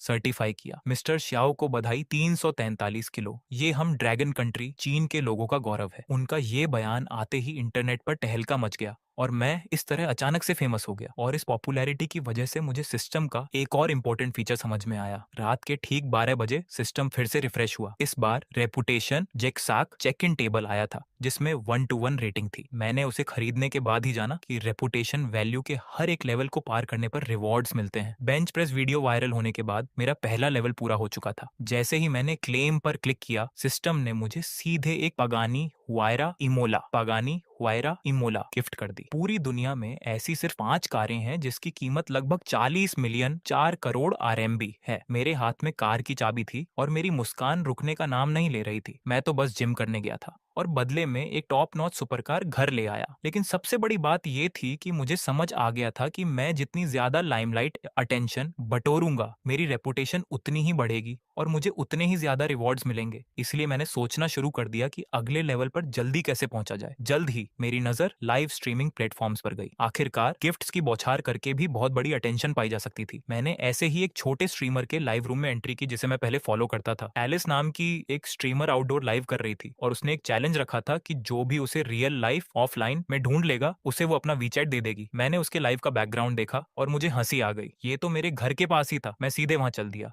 और 10 मिनट से भी कम समय में मैंने उसे ढूंढ निकाला। मिलने के बाद जो पहली बात मैंने एलिस से कही, उसने उसे पूरी तरह ब्लैंक कर दिया। मैंने कहा, मुझे लगा था कि तुम बहुत ज्यादा ब्यूटी फिल्टर यूज करती हो और मैं ये देखने आया था कि कहीं तुम असलियत में क्याओ बियू, एक बूढ़ी स्ट्रीमर जो फिल्टर लगाकर जवान दिखती थी, तो नहीं हो। पर तुम तो लाइव जैसी ही दिखती हो। एलिस गुस्से में अपने दांत पीसने लगी, लेकिन उसने चुपचाप मुझे अपना वीचैट दे दिया। मेरे घर लौटने के थोड़ी देर बाद ही उसने किसी दूसरे स्ट्रीमर के साथ पीके लाइव मुकाबला शुरू कर दिया। वहां सामने वाले स्ट्रीमर का एक बड़ा सपोर्टर दागे उसे बुरी तरह हरा रहा था। मैंने सीधे 1 लाख कॉइन्स का रिचार्ज किया और back to back 5 super rockets मार दिए। गेम पल भर में पलट गया। पूरा लाइव चैट बॉक्स हिल गया और एलिस भी हैरान रह गई। तब जाकर उसे समझ आया कि जिसे उसने ऑफलाइन रिजेक्ट किया था वो कोई आम व्यूअर नहीं बल्कि एक असली गॉड फादर बड़ा भाई दागे था। मैंने चैट में बस एक लाइन लिखी, मैंने कहा था ना आज रात तुम्हें नंबर 1 बनाकर रहूंगा। दूसरा राउंड शुरू हुआ और मैंने फिर से 5 सुपर रॉकेट से शुरुआत की। जब विरोधी होस्ट के बड़े भाई ने यह माहौल देखा तो उन्होंने सीधे तौर पर हार मान ली। उसके बाद मैं लगातार जीता गया और लाइव रूम की लोकप्रियता तेजी से बढ़ने लगी। मेरी प्रतिष्ठा भी आसमान छूने लगी और मैं दूसरे लेवल से बस एक कदम दूर था। सबसे महत्वपूर्ण बात यह थी कि एलिस भी मेरी ताकत को पूरी तरह समझ चुकी थी। उसने खुद आगे बढ़कर मुझे अपना पता भेजा। जब वह लाइव स्ट्रीमिंग कर रही थी तब तक मैं अपनी नई पगानी लेकर उसके घर के नीचे पहुंच चुका था। उसने दरवाजा खोला और मुझे बाहर खड़ा देखकर हैरान रह गई। मैंने उसकी तरफ देखा और ठंडे लहजे में कहा, मैंने तुम्हारी इतनी मदद की है, क्या तुम्हें भी कुछ नहीं दिखाना चाहिए? एलिस का चेहरा बुरी तरह लाल हो गया, लेकिन आखिरकार उसने अपने पैरों पर खड़े होकर खुद मुझे चूमा। मैंने उसे छोड़ दिया और कहा, पहले लाइव स्ट्रीमिंग पर वापस जाओ, लोगों को इंतजार मत कराओ। जब वह फिर से कैमरे के सामने बैठी तो उसका अंदाज पूरी तरह बदल चुका था। मैं उसके सामने वाले सोफे पर बैठकर उसका आखिरी पीके मुकाबला देख रहा था। मेरी नजरें सिस्टम इंटरफेस पर थीं। वर्तमान प्रतिष्ठा 4.89 मिलियन थी, दूसरे लेवल से बस एक कदम दूर, और विरोधी होस्ट के साथ पीके का फाइनल मुकाबला शुरू हो गया। उनके बड़े भाई ने बिल्कुल भी संकोच नहीं किया। जैसे ही किंग अकाउंट आया, उसने पहले एक रॉकेट फेंका और फिर कहा, इस राउंड में तुम अपनी हार मान लो, आज मैं निश्चित रूप से लुल्लू को चैंपियन बनाऊंगा। लाइव रूम में तुरंत हलचल मच गई। मैंने एक नजर देखी और सीधे जवाब दिया, तुम उसे बचा रहे हो? कोई बात नहीं, मैं आज एलिस को बचाऊंगा। इतना कहकर मैंने वह रॉकेट वापस कर दिया और चुपचाप 6 लाख रुपए का रिचार्ज किया। फाइनल मुकाबला तर्क करने का समय नहीं होता, सीधे पैसों से बात करना सबसे आसान होता है। जैसे ही पीके शुरू हुआ, दूसरी तरफ से पहले ही हमला हुआ और एक के बाद एक कई सुपर रॉकेट आए। ब्लड बार सीधे एलिस के सिर तक पहुंच गया। लाइव रूम में हर तरफ मजाक उड़ाया जा रहा था। व्हाइट अकाउंट क्या कर रहा है? क्या तुमने ये नहीं कहा था कि तुम चैंपियन बनाओगे? जल्दी करो, ऐसा तो नहीं कि सिर्फ टाइप करना ही आता है। मैंने उस पर ध्यान भी नहीं दिया और सीधे नोबल इंटरफेस खोला। अगले ही पल पूरा प्लेटफॉर्म हिल गया। बधाई हो, वॉच चाओ ने Alice is not a rabbit के लाइव रूम में सुपर एम्परर का लेवल हासिल कर लिया है। एक संदेश अभी खत्म भी नहीं हुआ था कि दूसरा, तीसरा, चौथा और पांचवा संदेश लगातार आने लगा। 5 लगातार एम्परर। पूरा प्लेटफॉर्म एक सेकंड के लिए शांत हो गया। सिर्फ ओपनिंग फीस के रूप में 1 मिनट से भी कम समय में 6 लाख रुपए से अधिक खर्च कर दिए गए। पूरा लाइव रूम हैरान था। लुल्लू के लाइव रूम में जो लोग अभी मजाक उड़ा रहे थे, वे सब अचानक शांत हो गए। हर कोई जानता है कि किंग और एम्परर एक समान नहीं होते, और जो एक ही बार में 5 बार एम्परर बन जाए, वह सिर्फ अमीर नहीं है, बल्कि वह पैसों को कुछ समझता ही नहीं है। मैंने अपना काम पूरा करने के बाद विरोधी टीम को एक संदेश देना नहीं भूला, जारी रखो, बस ये 2 शब्द। इसने विरोधी टीम का मुंह पूरी तरह बंद कर दिया। लुल्लू की तरफ के बड़े भाई ने तुरंत प्राइवेट मैसेज में अपनी हार स्वीकार कर ली। लुल्लू भी सिर्फ मजबूरी में मुस्कुराते हुए बोली, इस राउंड में हम अपनी हार मानते हैं, चैंपियन हमारे हाथ में था। एलिस जीत के इंटरफेस को देखकर हैरान रह गई। वह एक ऐसी छोटी होस्ट थी जो लगभग लाइव स्ट्रीमिंग छोड़ने वाली थी। एक दिन पहले वह अगले महीने के किराए की चिंता कर रही थी, और आज उसे सीधे फाइनल का चैंपियन बना दिया गया था, और वह भी सबसे शानदार तरीके से। उसने पहली बार महसूस किया कि उसके साथ जो व्यक्ति है वह कोई आम बड़ा भाई नहीं है, बल्कि वह उसकी किस्मत बदलने वाला इंसान है। लाइव स्ट्रीम बंद होते ही कमरा बिल्कुल शांत हो गया। मैंने उसकी तरफ देखा। नंबर 1 बनने का एहसास कैसा है? एलिस ने अपने होंठ चबाते हुए सिर हिलाया। बहुत अच्छा, मैं मुस्कुराया। बात मानो, आगे से नंबर 1 हमेशा तुम्हारा ही रहेगा। इस एक बात ने उसे पूरी तरह से प्रभावित कर दिया। वह नहाते समय भी गुनगुना रही थी, और बाथरूम में जाने से पहले उसका चेहरा लाल था, लेकिन मुझे उसकी कोई जल्दी नहीं थी। मैंने पहले सिस्टम खोला। दूसरे लेवल का इनाम आ चुका था। डोशा नेटवर्क टेक्नोलॉजी कंपनी के 10% शेयर और 3 गुना खर्च रिफंड कार्ड। मैं एक पल के लिए हैरान रह गया। मुझे लगा था कि एक लग्जरी कार और घर मिलना ही बहुत बड़ी बात थी, लेकिन इस बार सीधे प्लेटफॉर्म के शेयर ही मिल गए। डोशा का मौजूदा मूल्य बहुत अधिक है, और 10% शेयरों की कीमत 1 अरब से अधिक है। उसने 7 लाख रुपए खर्च किए, और सिस्टम ने बदले में उसे 1 अरब से अधिक का इनाम दिया। ये सौदा तो बिल्कुल जादुई था। जहां तक रिफंड कार्ड की बात है, वह दिखने में आम था, लेकिन उससे आसानी से 20 लाख रुपए कमाए जा सकते थे, जो कि बुरा नहीं था। इसी बीच एलिस नहाकर बाहर आई। उसने एक ढीला ढाला सफेद नाइट गाउन पहना हुआ था, और उसके बाल आधे गीले थे। वह इतनी नर्वस थी जैसे टीचर उसका नाम पुकारने वाले हों। मैंने उसकी तरफ देखा और अपना फोन रख दिया। इस रात इनाम भी मिल गया, और वह भी मेरे पास आ गई। अगली सुबह मैंने एलिस के किराए के छोटे से घर को देखा और फैसला किया कि उसके लिए घर बदल दिया जाए। मैंने ज्यादा कुछ नहीं कहा और उसे सीधे नीचे पार्किंग में ले गया। उस पगानी की हेडलाइट्स जल उठी और उसके दरवाजे धीरे धीरे ऊपर की ओर खुलने लगे। एलिस वहीं खड़ी रह गई और उसकी आंखें फटी की फटी रह गईं। कल तक उसे सिर्फ इतना पता था कि यह कार करोड़ों की है, लेकिन आज जब वह इसके अंदर बैठी तो वह एहसास बिल्कुल अलग था। इस तरह की कार को सिर्फ आने जाने का साधन नहीं कहा जा सकता, यह सीधे तौर पर एक दूसरी दुनिया का टिकट थी। मैंने यूं ही उसकी कीमत बताई, लगभग 40 लाख रुपए। ये बात मैंने इतनी आसानी से कही जैसे किसी सब्जी का दाम बता रहा हूँ। एलिस ये सुनकर इतनी असहज हो गई कि उसके बैठने का अंदाज भी बदल गया। हम पहले खाना खाने के लिए इमारत में गए। उसने रास्ते में ही अपनी लाइव स्ट्रीमिंग चालू कर दी थी। कल रात मेरे लगातार एम्परर बनने के कारण वह पहले ही एक लोकप्रिय होस्ट बन चुकी थी। आज जैसे ही लाइव स्ट्रीम शुरू हुई, कमरा तुरंत लोगों से भर गया। उसने फोन के कैमरे की तरफ देखकर मुस्कुराया। आज मैं अपने परिवार के लोगों को कुछ नया दिखाने जा रही हूँ। दर्शकों को कमेंट करने का मौका भी नहीं मिला कि उसने कैमरा सीधे मेरी पगानी की तरफ घुमा दिया। लाइव रूम में तुरंत हंगामा मच गया। शुरुआत में कुछ लोग कह रहे थे कि ये कार नकली है, लेकिन जल्द ही पार्किंग में एक और सफेद पगानी आकर रुकी। कार चलाने वाला कोई और नहीं बल्कि सन कियान था। सन कियान कार से उतरा ही था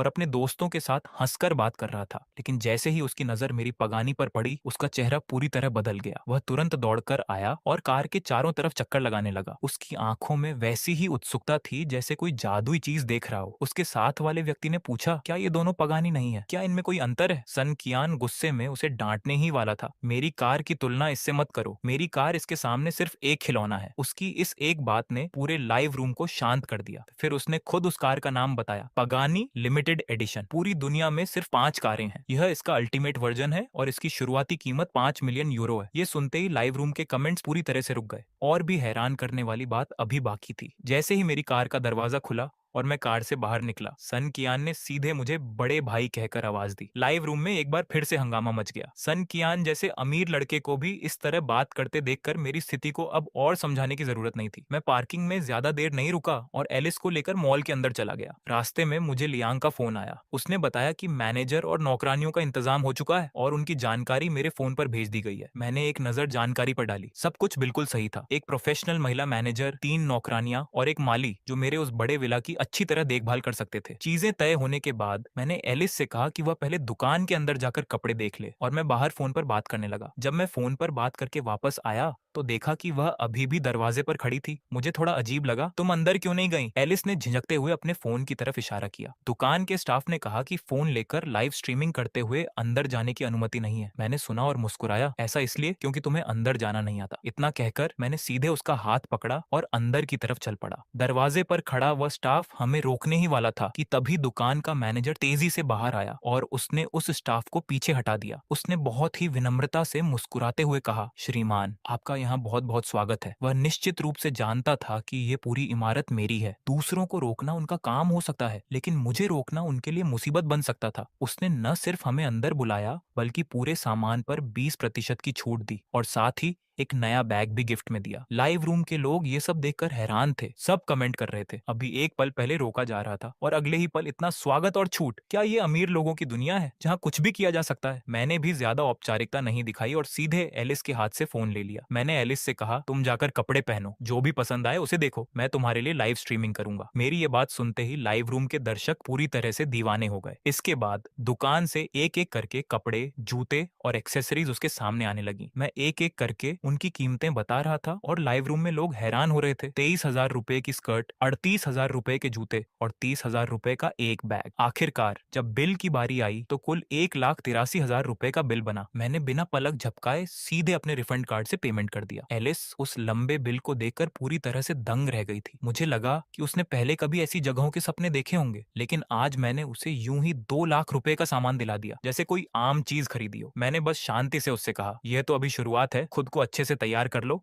वरना जहां हम खाना खाने जा रहे हैं वहां तुम्हें दरवाजे से अंदर भी नहीं जाने दिया जाएगा। ये बात शायद थोड़ी कड़वी थी, लेकिन यही सच था। दुकान से निकलने के बाद मैं उसे उस इमारत के पीछे स्थित एक बहुत ही महंगे रेस्टोरेंट में ले गया। सिर्फ वहां की डाइनिंग फीस देखकर ही लाइव रूम के लोग हैरान रह गए थे। जब मैंने मेनू खोला तो वे और भी दंग रह गए। एक सलाद 998 रुपए का, एक सूप 648 रुपए का और एक स्टेक 2,500 रुपए का। मैंने यूं ही कुछ चीजें ऑर्डर की और बिल 13,000 रुपए का आया। खाना खाने के बाद एलिस ने अपने कंधे सीधे किए और कहा कि लाइव स्ट्रीमिंग करना सच में बहुत थका देने वाला काम है। मैंने उस पर ध्यान नहीं दिया, बल्कि पहले अपना सिस्टम इंटरफेस देखा। मेरी प्रतिष्ठा 1 मिलियन से अधिक बढ़ चुकी थी। इस हिसाब से मैं तीसरे लेवल से बस 2 मिलियन दूर था। मैं मन ही मन ये सब सोच ही रहा था कि तभी पास से एक तीखी और ताने भरी आवाज आई। क्या ये हमारी पुरानी जान पहचान वाली नहीं थी? एलिस का चेहरा अचानक उतर गया। पता चला कि उन दोनों में से एक का नाम चांग जिंग था, जिसने कभी उसे धोखा दिया था या मारना चाहा था, और उसके बगल में खड़े मोटे आदमी का नाम याओ त्यान था, जो एलिस का मुआवजा दबाए बैठा था। इन दोनों ने मिलकर उसे इस कदर मजबूर कर दिया था कि उसे लाइव स्ट्रीमिंग एंकर बनना पड़ा। ये तो सच में दुश्मन खुद चलकर सामने आ गए थे। चांग जिंग ने पहले मुझे एक नजर देखा, फिर एलिस के नए कपड़ों और लुक को ऊपर से नीचे तक ताड़ा और ताना मारते हुए बोली, ऐसा लगता है कि कोई बड़ा अमीर हाथ लग गया है, तभी तो हरमेस हरमेस पहन रखा है। एलिस ने सीधे कोल्ड स्माइल दी और कहा, कम से कम तुमसे तो बेहतर ही हूँ। किसी बूढ़े आदमी के चक्कर में पड़कर कंपनी के फंड्स का गबन करने से तो अच्छा ही है। इस बात ने सीधे चांग जिंग की दुखती रग पर हाथ रख दिया और वह वहीं पर भड़क उठी। याओ त्यान नाम के उस मोटे का चेहरा भी काला पड़ गया और उसने तुरंत अपने बॉस वाले तेवर दिखाए। बात करने के लिए सबूत होना चाहिए, अगर आगे एक भी शब्द फालतू बोला